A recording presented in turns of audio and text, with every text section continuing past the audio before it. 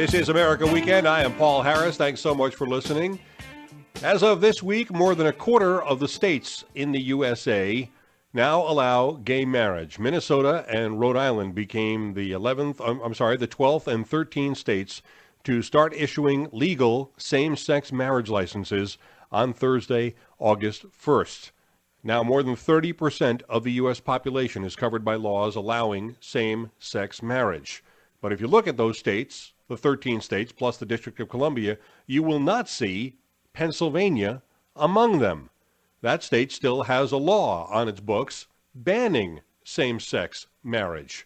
And yet, there was a story that just came out this week about a lawsuit there because of a bureaucrat, the Register of Wills in Montgomery County, just outside Philadelphia, Bruce Haynes, who has been issuing same-sex marriage licenses. Now, I became aware of this story because of our next guest, Angela Giampolo, who's been on with us many times before and who tweeted this week about this lawsuit. So I asked her to come on. Angela is an entrepreneur and an attorney and an activist for LGBT causes. Welcome back to America Weekend. Thanks for having me. Oh, it's always a pleasure talking to you. Tell me what's going on there in Montgomery County, which is just outside Philadelphia. Right, yeah, Montgomery County has about 800,000 people, so it's outside of Philly, but it's still very large. Honestly, where we stand now, no one really knows what's going to happen. So the Register of Wills, Bruce Haynes, apparently was contacted by an elderly lesbian couple about 10 days ago and said, you know, we're confused, DOMA fell, does that mean we can get married? So Register of Wills Haynes spoke with the city solicitor, and this came on the foot of the Attorney General of Pennsylvania, Kathleen Kane, stating that she was not going to defend the ACLU case that was just filed in Pennsylvania that is seeking to make Pennsylvania's mini DOMA unconstitutional. So in looking at her decision, refusing as Attorney General of Pennsylvania, refusing to defend the lawsuit, and along with looking at the Pennsylvania Constitution, the Register of Wills Haynes decided that he had authority to start issuing these marriage licenses. So Pennsylvania came down very quickly and now sued him. So that's where we stand as of now. Okay. Now, again, this is illegal in the state of Pennsylvania and has not been overturned yet. The case by the ACLU to overturn the state law has not gone to trial yet, has not gone in front of judges yet. And why does this guy, Bruce Haynes, the Register of Wills there in Montgomery County, think that he has this authority? I mean, he absolutely does not have the authority, right? So in looking at this as an activist, in one hand, I say no amount of civil right change in the entire history of the United States hasn't started by some level of civil disobedience. So that's me as an advocate, and that's me as a human. But as a lawyer, we really do need to look at rule of law, right? The law currently states it's illegal. He's issuing marriage licenses that technically are not recognized. So, you know, I ask for everyone in Pennsylvania to realize just because 60 marriage licenses have been issued does not mean they are recognized. Those people have absolutely no states' rights within Pennsylvania. Something that just came out yesterday that I didn't get a chance to tweet about yet, I just found out late last night, the mayor of State College, which has about 1.2 million people, and another official in Center County have said, we don't have the authority to issue marriage licenses, but if you're married in Montgomery County, we will marry you. In other words, just because you're issued a marriage license, you still need an officiant to then actually marry you, sign it, and then you return it to the Register of Wills. So we have mayors in other large cities now saying, sort of like what Gavin Newsom did in 2004.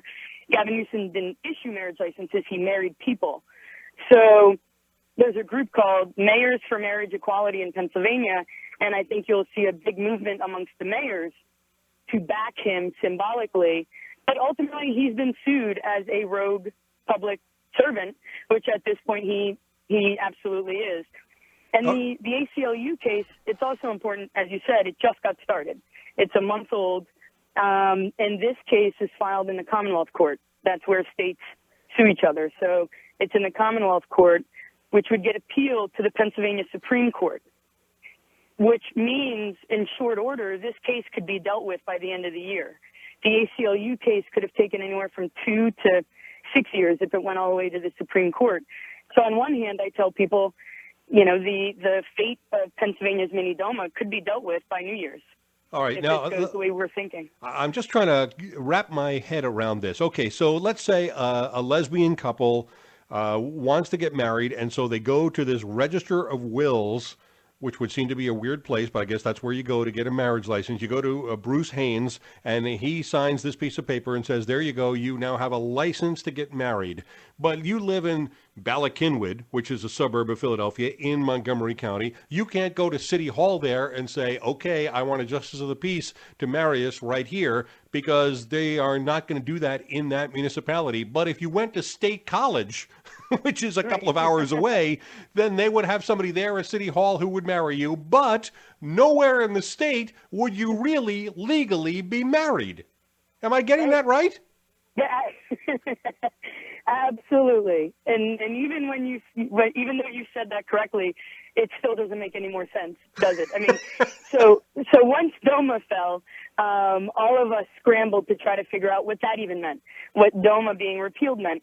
And really what it's boiled down to is you have all these federal agencies which recognize marriage in two ways: place of residence or place of celebration. Either the place where you reside recognizes gay marriage, or the place that you celebrated it recognizes gay marriage. And so therefore, even though you're in Philadelphia, you can avail yourself to immigration rights because immigration deals with place of celebration. In this case, these 60 people that have gotten married or they have marriage licenses live in neither. They're neither in a place of residence where the residence recognizes their marriage, and they're neither in a place of celebration where they celebrated at State College, let's say, recognizes their marriage license. So the ACLU has issued a statement saying it'll take years to figure out where these 60 to 100 to 150, however many licenses he will issue, because he's already been served with an injunction to stop, and he said, you know what, go pound sand. I'm not stopping. Sue me. He's been sued, but he's still doing it, and he said he will continue to do it until the matter is resolved. And we have no idea where those marriage licenses will stand legally once it is, in fact, legal. 3 years. Wouldn't it be easier, Angela, for these people to get in a car and drive an hour to Wilmington, Delaware, where it is legal for same-sex marriage? But even that wouldn't necessarily make a difference, because place of residence, they would still have to come back to Ballackinwood. It's still not recognized in Ballackinwood. So now you're married in Delaware. You would have access to immigration with the one federal right. But ultimately, in my opinion, as a lawyer, what I've been telling people time and time again is wait until the state, if you live in a state that does not recognize gay marriage, then the safest thing to do is to wait, because a lot of states have what's called residency requirements in order to get divorced. So I have clients who've been married 7 years, they're broken up, but they can't get divorced because neither of them reside in Canada where they celebrated their marriage. So the safest thing to do is wait until the state that you live in recognizes gay marriage. The advocate in me says, go to Delaware, have a $70,000 wedding, go hard or go home, and then mail all your receipts to your state reps here in Pennsylvania and show them how much money we're willing to spend in other states, and to hurry up and legalize it here in Pennsylvania. All right, now so it really depends. I've only got a minute left there. You've got a Republican governor there in Tom Corbett and a legislature that obviously hasn't wanted to go along with this. What are the prospects for making gay marriage legal, perhaps by referendum there? Because the people of the state, the majority of them favor gay marriage. Unfortunately, in Pennsylvania, the issue of marriage is something that is not allowed to go to the ballot. So a lot of people don't realize that we may win at the ballot, but there's no legal way that it could be a ballot issue like in New Jersey. So that leaves us with the ACLU lawsuit, this very weird rogue lawsuit that we're dealing with now, yep, or legislation. I think, and everybody thinks, Corbett's days are numbered. So we have potentially Rob McCord or Allison Schwartz as next governor. And let's say the ACLU case or any case goes all the way up. then you have the Attorney General and the Governor in a year or two that would need to decide to appeal it. I got So you. All right. I'm all out of time, Angela, but I thank you very much for the update and wish you luck in changing things in Pennsylvania. I'm Paul Harris, and this show is America Weekend.